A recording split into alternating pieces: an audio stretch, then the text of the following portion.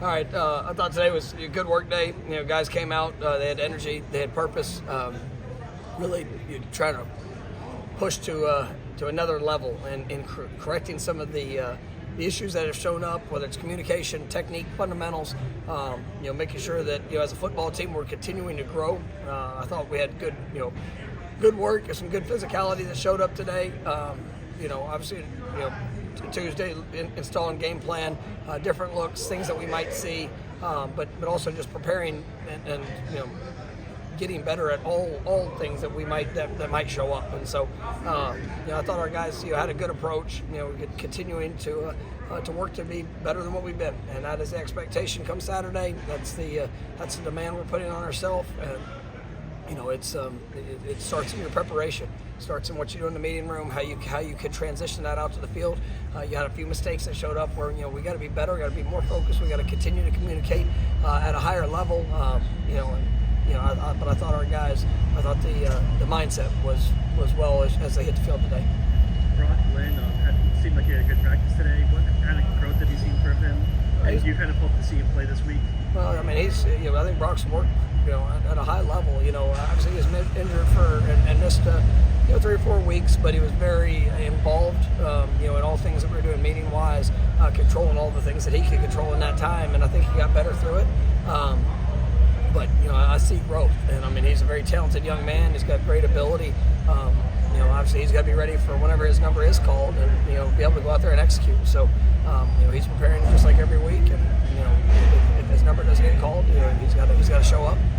Not Brock, but the team as a whole, like game 11, week 12. What does growth look like right now? I mean, it's incremental steps.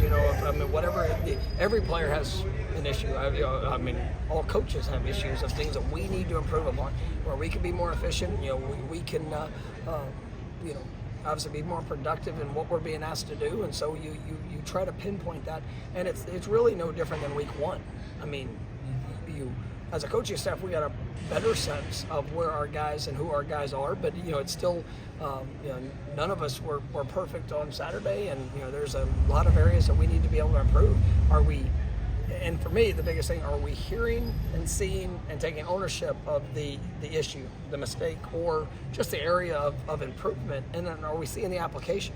And that's what's most important for me. If somebody's not getting in a very good stance and we address it, we hit on it, it's something we talk about, and then they come out here and go to practice and we don't see an improved stance, then, well, we're not doing a very good job. And those are these guys have a career in front of them.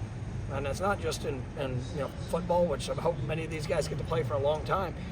If they're not focused on the details, if they're not continuing to get better in that, you're giving somebody an opportunity to pass them by. And that's what we have, that consistent standard and objective to get better at all those things.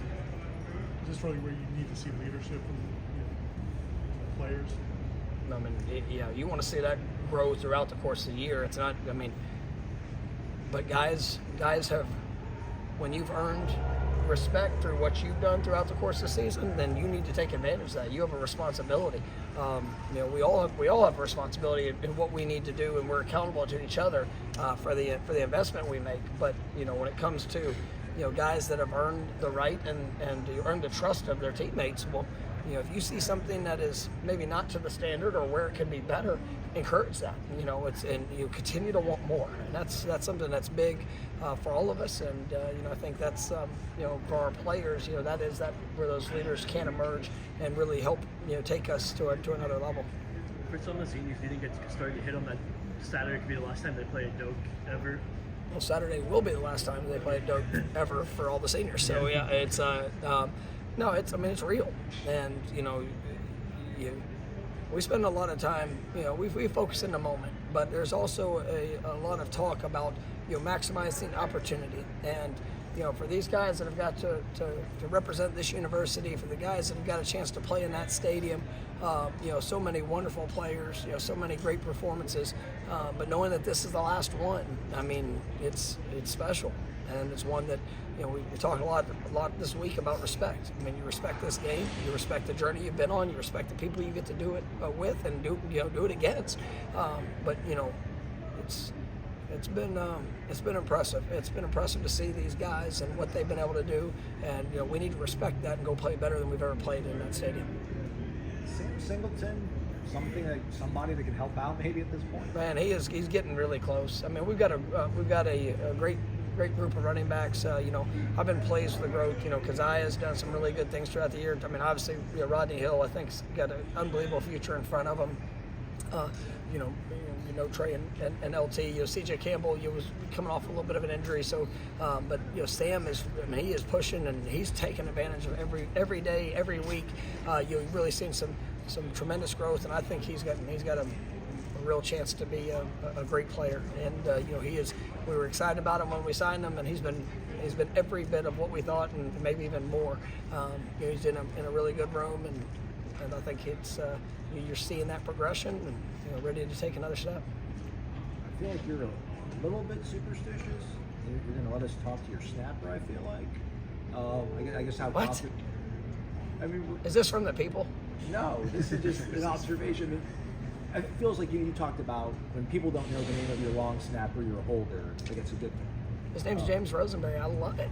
Like I talked about him the other day in the press conference, and I said he got to break the rock, or not break the rock. Alex broke the rock, but he was the player of the week because he does a dang good job.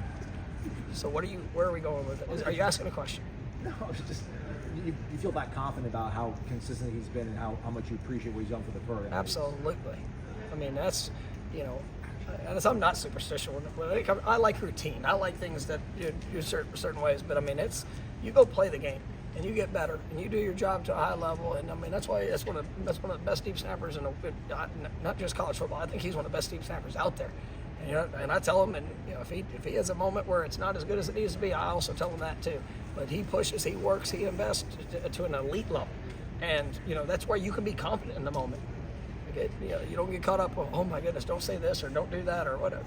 Go be you, and that's what it's, whether it's snapper, quarterback, football team in general. We're not timid when it comes to that. Go be better. And that's where these guys, they bring the right mindset and approach. But, yes, that's why he's talking today, because he's dang good. You're good?